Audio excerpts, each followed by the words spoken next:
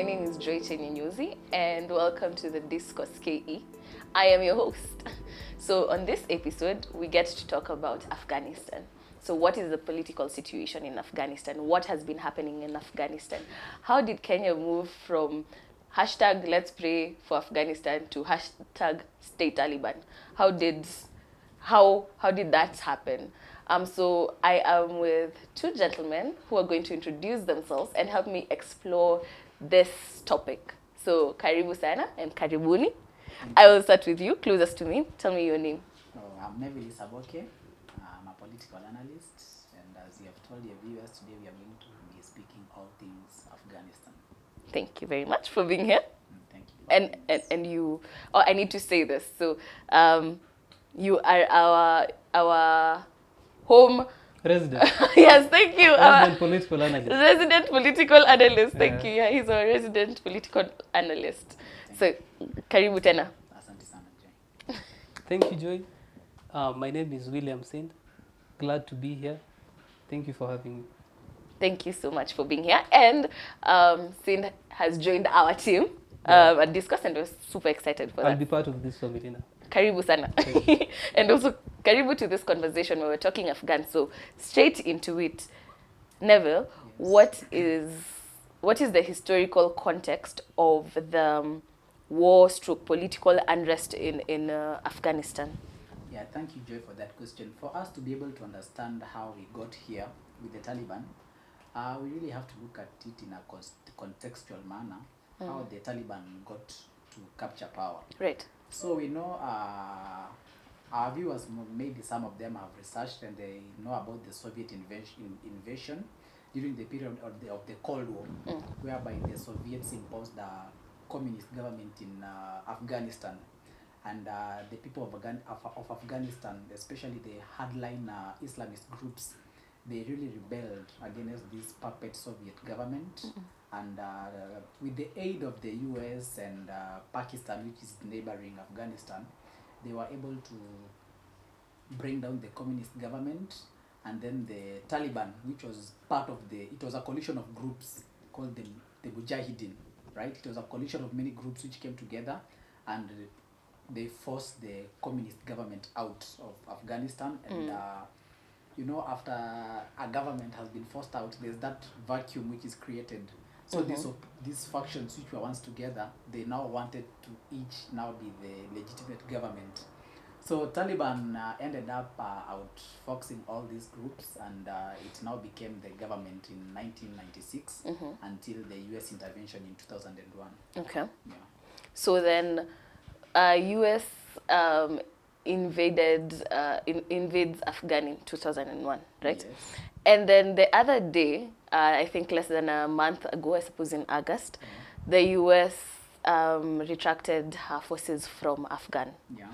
So what led to that beat? What led to where we are now? So we know that the U.S.A.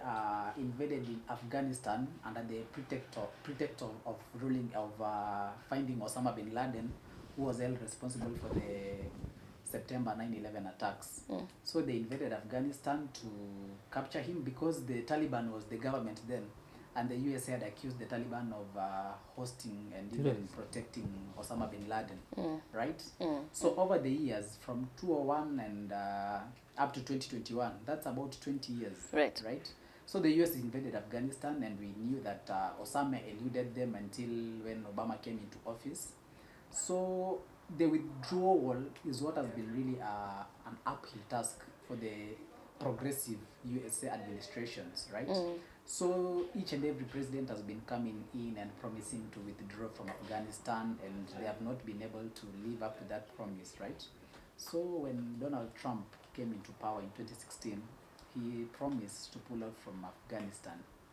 And he being a man that is really who keeps his word, Trump being one of the presidents who keeps his word, right? He set out a timeline, right? So that when the next president, that is Joe Biden, came into office, he was working on that timeline to withdraw from Afghanistan. So one really wonders, Joy, what has the US been doing all those years? Because the Afghan army was not able to mount a resistance to the Taliban, right?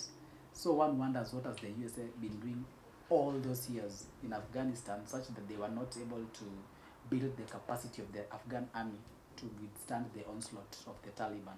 Right, and not only the army but also the government, right? Also the government. Yeah. Because so now when the U.S. retracted and withdrew and took their forces away, there was again a power vacuum was left when the Afghanistan president vacated seat. He fled, right? Yeah. So a power vacuum was again left. And Thind, please feel free to pick this one, yeah? So then what kind of government was formed after? Because now you see the president has fled. Some ministers are also running. The ones who are there are few, and the Taliban says, listen, if you want to stay, please stay. If you want to leave, kwaheri. So what kind of government is there now? What does it look like? So Joy, I think the vacuum was filled by Taliban. And as things stand right now, Taliban might just be the legitimate government of Afghanistan. Okay. Yeah. So the leadership structure of Taliban is such that it's a sort of like it's headed by a sort of council of people, right? Yeah. It's based on Islamic laws. Yeah. Yeah. So will there be something like a president, or it will just be like governed by a council of elders? What does that look like, you guys? Like, what does that government, okay, the structure, or as in currently, as things are right now, what does that structure look like? Yeah, it's actually a presidential system, because when the Taliban took office, they actually changed name to the country, and it's now called the Islamic Emirate of Afghanistan, right? So they have a president, and they have cabinet secretaries, ministers, even so we have some from last time, yeah, from the previous regime. The ones from the previous regime were done away with.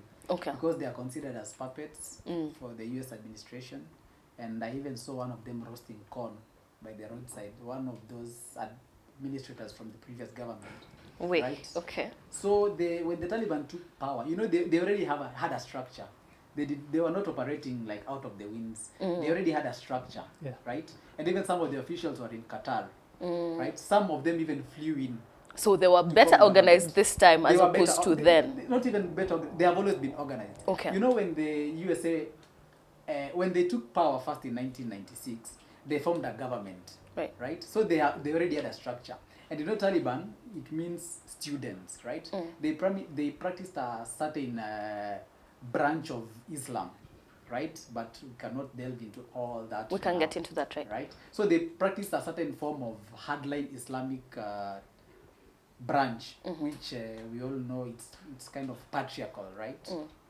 So they already had a system such that when they came into when they were pursuing to capture power, they already knew who will be president, who will be minister for this, who will be minister for what, right? So they have a president, and they have a structure. They have a government. They even have the judiciary. And to chip in, Neville, Joy, this structure of governance is based on the Sharia law, right? Where they have a council of governance, answerable to a supreme leader. But the supreme leader now is the person who wields all the power. Okay. Yeah. So then what we're saying is there isn't anarchy. It's not a state of anarchy. It is simply a state where the then existing government was ousted, and then there's a new government that is organized that has now just come in. Yeah. So this group that was organized was branded as a rebellious group, for years and years by very many powers. Terrorist group. As a terrorist organization, as a militant organization. So now, I think that the latest thing I saw on international news was a move by Russia, and by Russia to recognize, not really recognize, but rallying for the international community to release the assets that were frozen that belongs to Afghan, number one, and to channel the humanitarian aid. And they were supposed to channel the humanitarian aid back to Afghan through the Taliban, right? So does this set a precedence for other militant groups? So, for instance, Boko Haram, I keep forgetting the guys who invaded Kenya. Yes, the Al-Shabaab in Somalia. Keep forgetting the name. So does this set a precedence? Joy, definitely. So first of all, by giving the Taliban administration in Afghanistan aid or assistance, whatever form of assistance it is, I think that is legitimizing their power. So the implication is that a militant group that is seeking to capture state power, if left unchecked for a very long period of time, or if not fought well, can eventually assume power and then just become the next government. Yeah. Yeah. So then, and they would be a legitimate government because the international community would look and say, Yeah. this is it. They'll have international legitimacy, but for Taliban, they have their work cut out for themselves because they have to win the hearts and minds of the Afghan people. In other words, gain internal legitimacy. Talk to me more about that. Yeah, because if they don't gain internal legitimacy, from the analysis I've seen in the past week, it's like if that doesn't happen, Right. a civil war might erupt. So the most important thing for them is to first gain internal legitimacy. People have to accept their rule or their power. They have to be seen in the eyes of the people as the genuine holder of state power. Right. Yeah. And to bring this, okay, first of all, thank you for highlighting the need for internal legitimization, because then we do not, what would probably happen would be a case of, for lack of better word, like sort of clan wars, gang wars of sorts. And that would be very problematic for the now government, which we have established as an actual government. What happened is when they were able, when the group, the Mujahideen, the different factions were able to out the Soviet government, Yeah. it created that power vacuum, right? So right now, if any group, any armed group, like Taliban was an armed group, when they came into power and they were ousted in 2001, they were operating at the peripheries, right? Huko mashinani. Na bado walikuwa, they still had like areas of influence. Yeah, they had some swords of land huko mashinani, right? Such that now when they were advancing towards the capital city, Kabul, they dominated all other small groups. And recently we were having a discussion with Sind here, and he told me the last like province, which was under some rebel groups, they were also It's now under Taliban control. It's also under Taliban, right? So right now, the only way that another group can come and claim government is to first of all fight the Taliban, defeat them, win the legitimacy of the city, because we are seeing the citizens fleeing the country in droves. Right. We are seeing some of them, especially those who work with the U.S. administration, they are seeking to be repatriated to the U.S. Right? So I think they have a lot to do, first of all. That's why they were saying they will relax some of the hardline laws, especially against the women, to try to relax some of these Sharia laws to be able to win the international legitimacy and recognition. And Joy, you asked what Taliban capturing power in Afghan would mean to militant groups around the world. Right. Yeah. I think the implication of that is that it will strengthen the resolve of these groups like Al-Shabaab and Boko Haram to continue fighting, because they'll just borrow cue from Taliban. They say, hey, if you can drag out this war for about 5 or 10 more years, we could be the next government. Right. So it sends a very strong message, a strong negative message to militant groups. Yeah. Thank you for that, and thank you for clarifying and bringing us back to that. Because so my next question is with the aim of us seeing what effect this move by the international community, to the move by Taliban to be in government. You know, that they are seated in power. You know, I was watching a clip where a member of the militia said, "Now we are finally independent." That's what he said. Yeah. What does that mean? Number one, and number two, in our context as Kenya, what is this ripple effect we just might expect? I mean, we've already seen refugees. We've already seen an influx of refugees worldwide. So now, in the context of Kenya, what else do we expect to see? What might let me just say, what might happen? Yeah. So one of you can go. I think when we come back home in Kenya, like Sind has said, it might embolden the Al-Shabaab right? Because the Taliban have mounted this rebellion for 20 years, and at long last they were able now to sit in capture government, power, right? Al-Shabaab, we know that they Just barely 10 years. and you know, Al-Shabaab in Somalia, it's not like they operate like a disorganized group. They have a command structure. Yes. They even have social media handles on Twitter, Yep. right? So, and they actually control some part of Somalia, not the whole country, but there are some small villages, towns, which are exclusively Under their control. Their control, right? So if the Al-Shabaab, right, if they, for instance, per chance, they receive, for instance, aid and support from Afghanistan, right, they might be able to mount a campaign, and they might not really take over Kenya, but Somalia is actually the country that needs to really up its game when it comes to protecting their interests from international aggression, right? So Kenya, what we can suffer as a country is maybe the constant attacks from the Al-Shabaab. Because of our porous borders, they might flow into our country, carry out sporadic attacks and go back. That is if they capture power. Yeah, that's what I can say concerning that issue. Yeah, if like Justice put it, if they would ever do what the Taliban has done in Afghanistan, Kenya would face a serious refugee crisis. Right, bigger than what we are facing now. Yes. And Kenya wants to close her refugee camps come next year, which is a whole other conversation altogether, right? So this brings me to my last question. Who dictates or decides if a group is a militia group or they are a resistance group for the country? So for instance, so Kenya had Momo, right? From different sides of the country coming together to fight against a common enemy, yeah?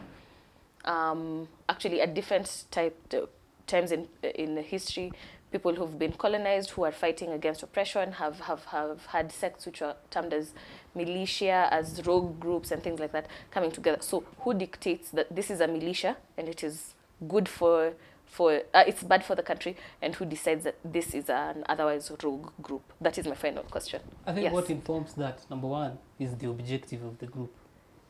Number two, their actions and the people they're fighting against. So we term Al-Shabaab as a terrorist organization, right? Because they attack civilians. The primary target is civilians. They don't even wage war against our disciplined forces, but their target is the civilians, and as a result of that is when our country decided to send a KDF in Somalia. I think what informs that definitely will be the objectives of the group. Might I venture that something else that informs it, it's something that you guys have brought up, would it also be the internal legitimacy? So something like the people in the country saying, yes, these guys have, as you said, our objectives, and so we endorse them as our fighters.